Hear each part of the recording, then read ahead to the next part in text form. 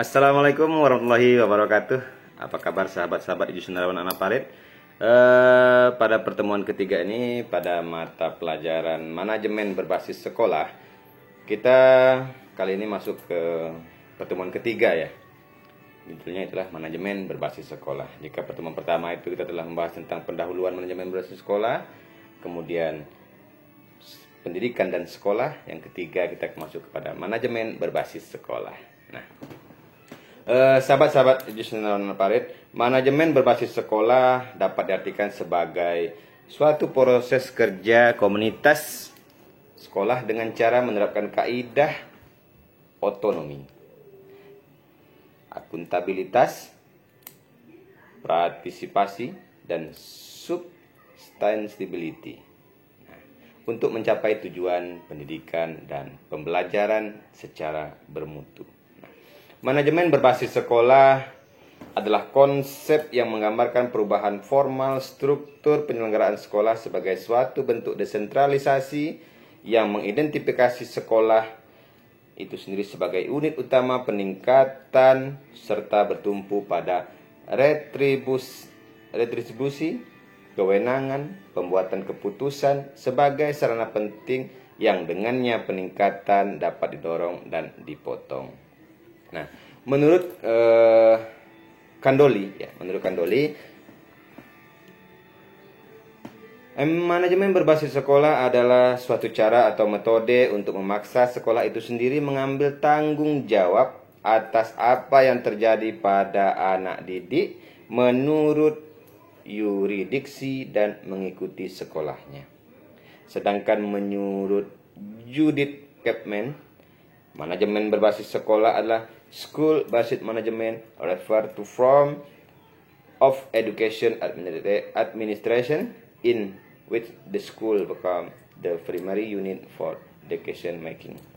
It differs from more traditional form of educational administration in which central bureaucracy dominate in the decision making process. Artinya, manajemen berbasis sekolah adalah merujuk pada suatu bentuk administrasi pendidikan di mana sekolah menjadi unit kecil utama dalam pengambilan keputusan. Hal ini berbeda dengan bentuk tradisional administrasi pendidikan, yakni pemerintah pusat sangat menonjol dalam pengambilan keputusan. Nah, ada dua faktor yang menunjang dalam memahami hubungan antara sekolah dan masyarakat. Yang pertama, tantangan profesionalitas terhadap penyelenggara pendidikan di sekolah untuk memenuhi keinginan ataupun harapan ataupun cita-cita masyarakat. Dalam hal ini, tantangan profesionalitas berkaitan dengan usaha-usaha yang dilakukan seorang guru dalam merubah program atau sistem pembelajaran yang memiliki kecenderungan dan kesesuaian terhadap norma-norma yang ada dalam masyarakat. Jika sekolah yang ada tidak memberikan kontribusi yang baik dan konstruksi kepada masyarakat, maka reaktif masyarakat akan menolak keberadaan sekolah dan sangat didukung dan diharapkan oleh masyarakat di tempat tersebut. Nah, yang kedua, tantangan masyarakat terhadap para penyelenggara pendidikan yang syarat dengan tuntutan norma-norma profesionalitas. Tantangan yang dimaksud adalah menyangkut masalah-masalah yang disebabkan adanya keinginan antara masyarakat dan sekolah untuk memperbaiki pendidikan. Sekolah secara insentif bersama-sama dengan masyarakat melalui aksi-aksi secara pasti dan mengevaluasi apa yang sedang berlangsung di sekolah. Masyarakat pada umumnya hanya menghendaki hasil yang diperoleh oleh sekolah dari segi efektivitas, dan dalam banyak kasus pula masyarakat pada umumnya menghendaki dilibatkan dalam proses penentuan kebijakan sekolah. Nah, jika kita lihat dan kita perhatikan bahwa manajemen berbasis sekolah dapat diartikan sebagai format pengelolaan pembelajaran yang sesuai dengan kebutuhan peserta didik, sekolah, dan masyarakat. Nah, di samping itu, Manajemen berbasis sekolah juga merupakan konsep yang multi komponen ya. Dalam arti bahwa manajemen berbasis sekolah didorong dan didukung oleh berbagai pihak yang saling melengkapi. Manajemen berbasis sekolah dibebankan kepada kepala sekolah, guru, komite sekolah, orang tua, masyarakat, dan pemerintah. Sekolah sebagai pelaksana pembelajaran, orang tua atau masyarakat sebagai pemberi masukan pendapat, sekaligus juga menikmati output dan outcome pembelajaran sekolah.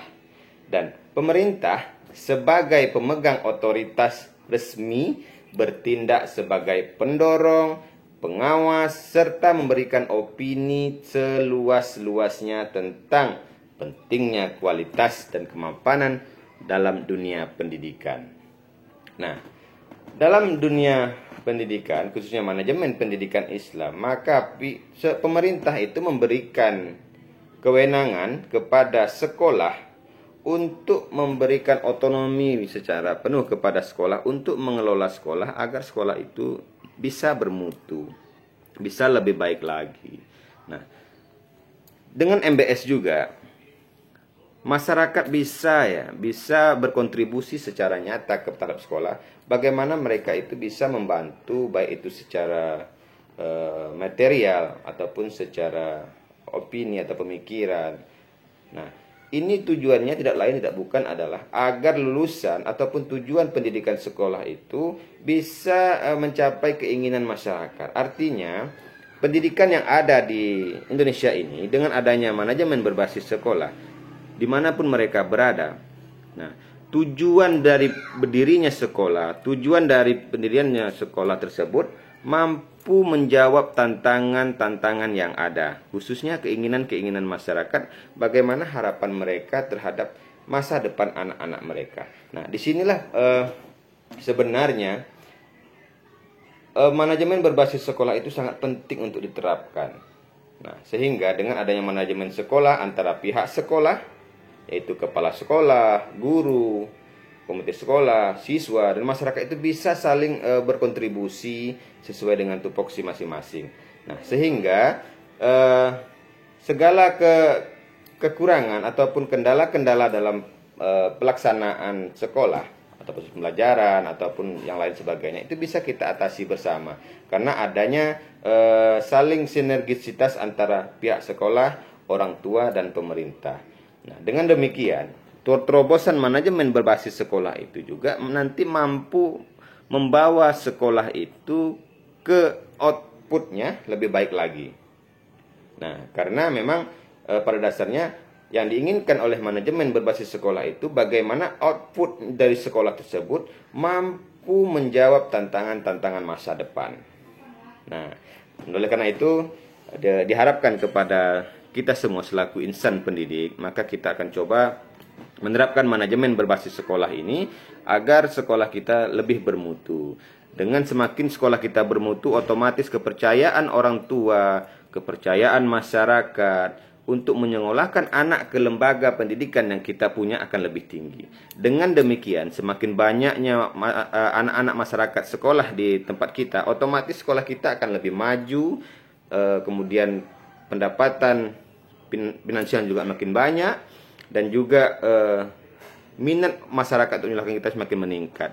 Nah, inilah harapan kita ke depannya manajemen berbasis sekolah itu untuk diterapkan secara baik. Tapi yang lebih penting sebenarnya adalah selaku pimpinan, yaitu kepala sekolah, harus melakukan terobosan-terobosan agar sekolah ini bisa lebih mandiri, lebih bijaksana, lebih transparan, kemudian lebih mempunyai visi dan misi ke depannya bagaimana mutu lulusan, mutu proses pembelajaran, mutu manajemen sekolahnya lebih baik. Maka begitulah perannya, pentingnya MBS ataupun manajemen berbasis sekolah tersebut. Karena di sana tadi kita paparkan di atas bahwa dalam manajemen berbasis sekolah itu ada keterlibatan orang tua, keterlibatan masyarakat, kemudian keterlibatan warga belajar, keterlibatan pendidik, keterlibatan tenaga kependidikan, dan tidak kalah pentingnya keterlibatan pemerintah. Nah, dengan sinergisitas yang sangat baik ini, kedepannya saya yakin dan percaya pendidikan kita bisa lebih baik lagi. Nah, sehingga pendidikan kita lebih baik, dan yang lebih penting lagi bagaimana caranya kita mengeluarkan outputnya, itu lulusan-lulusan kita itu lebih baik lagi dan mampu bersaing secara global. Nah, disinilah harapan kita bersama. Mari sama-sama kita kembangkan, kita kelola sekolah kita itu, lembaga pendidikan kita itu melalui manajemen berbasis sekolah. Oke, untuk pertemuan kali ini saya rasa cukup demikian. Saya Idris Indrawan Anak Parit. Jika ada kata-kata yang kurang tepat ataupun ada kata-kata yang tidak berkenan, saya mohon maaf yang sebesar-besarnya. Saya akhiri. Assalamualaikum warahmatullahi wabarakatuh.